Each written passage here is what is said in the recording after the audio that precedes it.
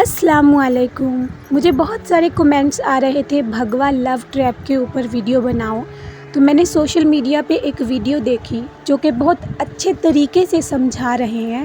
Islamic بچیوں کو سمجھ آنا چاہیے، تو میں آپ لوگوں کے سامنے شیئر کرتی ہوں. چلو دیکھیں. 8 لاکھ مسلمانوں کی لڑکیاں مرتد ہو کر ہندوؤں کے ساتھ جا چکی ہیں. RSS نے ایک بہت بڑی ٹیم تیار کی ہے جو اپنے ہندو نوجوانوں کو 3 یا 6 مہینے کی ٹریننگ دیتے ہیں. اردو زبان بہترین لکھنوی زبان سکھاتے ہیں. تشریف رکھیے، کیسے مزاج ہیں، کیا حال ہے، خیریت ہے، آپ کی دعائیں ہیں، یہ الفاظ سکھاتے ہیں.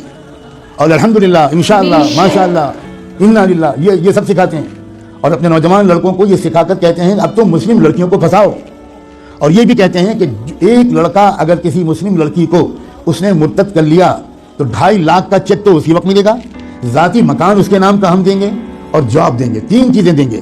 بے روزگاری کے اس دور میں جس میں کہ کوئی جاب مل ہی نہیں رہا ہمارے نوجوانوں کو، وہ نوجوان، وہی غیر مسلم نوجوان سوچتے ہیں کہ بھئی دونوں ہاتھ میں لڈو ہیں، ہم تو ایک لڑکی کو اپنا بھی لیں گے، اس کو ادھرم بھی بنا دیں گے، اور پھر 2.5 لاکھ کا چیک بھی ملے گا، ذاتی مکان بھی ملے گا، اور اس کے بعد جاب بھی ملے گا. کتنا سستا سودا ہے. کسی ہندو لڑکی کے ساتھ اگر شادی کرنا ہو تو مصیبت ہے. وہ تلک اور وہ جہیز اور وہ رسمیں اور وہ مسائل، اتنی مصیبت ہے. یہاں تو ہم کو مفت میں لڑکی مل رہی ہے، بلکہ لڑکی کے بدلے پتہ نہیں کیا کیا مل رہا ہے. اس مہم پر لگ گئے ہیں کروڑوں نوجوان، لیکن ہم سو رہے ہیں. اللہ جانے کون سا کوڑا ہمیں چاہیے اللہ کا، کون سا درہ چاہیے، کون سا تماچا چاہیے، کون سا عذاب چاہیے ہمارے جاگنے کے لیے. میں نے آیت پڑھی تھی، یہ جو اس وقت کا مسئلہ گناہوں کا نہیں ہے، اس وقت کا اصل مسئلہ ارتداد کا ہے. ہمارا ایمان چھیننے کے لیے بلینز آف ڈالرز کے فنڈ ایلوکیٹ کیے گئے ہیں. ان پیسوں کا صرف ایک استعمال ہے، مسلمانوں کی جان اور مال لوٹنا. یہ بہت چھوٹا کام ہے. اب جو کام ہے وہ یہ کہ ایمان چھینو. ڈراؤ دھمکاؤ بھی، لالچ بھی دو. ڈرانا دھمکانا بھی آپ نے پچھلے 1 ہفتے میں خوب سن لیا. اور لالچ دینے کی بات اگر نہ سنا ہو اور کانوں میں روئی ٹھوسی ہوئی ہو تو آج تو میں کم سے کم آپ کو بتا رہا ہوں، اب تو جاگ جاؤ.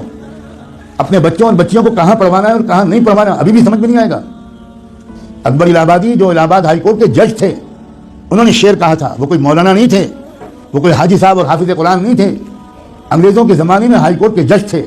انہوں نے یہ شعر کہا تھا، یوں قتل سے وہ بچوں کے بدنام نہ ہوتا، یوں قتل سے وہ بچوں کے بدنام نہ ہوتا، افسوس کہ فرعون کو کالج کی نہ سوچی. خالی وہ کالج بھیج دیتا بس ختم، وہ تو قتل ہو ہی جاتے. اپنے ادارے قائم کرنا، اپنے اداروں میں اپنے بچوں اور بچیوں کو پڑھوانا اسلامی تہذیب کے ساتھ. میں بالکل نہیں کہتا کہ آپ نہ پڑھوائیں، لیکن میں یہ ضرور کہتا ہوں کہ اس طرح پڑھوانا کہ ان کی عزت بھی لٹے، ان کا ایمان بھی چھنے، اس طرح پڑھوانے سے بڑھ کر کوئی پاگل پن دنیا میں نہیں. اس سے بہتر یہ ہے کہ میری بیٹی بالکل ان پڑھ رہے. جس کو لگتا ہو کہ یہ غلط جملہ ہے بھگتے گا انشاءاللہ. خدا جانے کب ہوش آئے گا، خدا جانے کب تک ہم جمعے کی نماز پڑھ کر اپنے کو اللہ کا ولی سمجھتے رہیں گے.